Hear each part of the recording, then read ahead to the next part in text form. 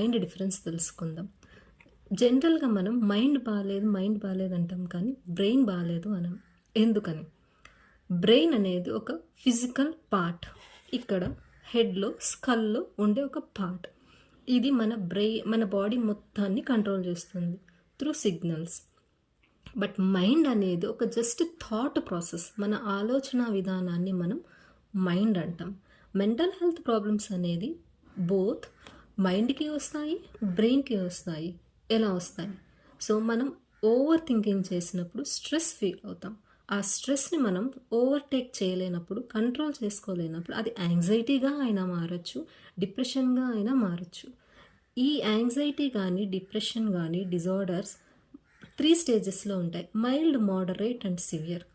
మైల్డ్లో ఉన్నప్పుడు మనం మంచి కేర్ తీసుకొని, కౌన్సిలింగ్స్ తీసుకొని, థెరపీ తీసుకుంటే ఇట్ విల్ గో ఆఫ్.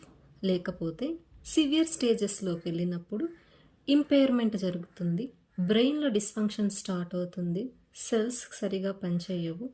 అలాంటప్పుడు సివియర్ స్టేజ్లో ఉన్నప్పుడు బ్రెయిన్ ప్రాబ్లంగా కన్వర్ట్ అవుతుంది. అప్పుడు సైకియాట్రిస్ట్స్ మెడిసిన్స్ ప్రిస్క్రైబ్ చేస్తారు.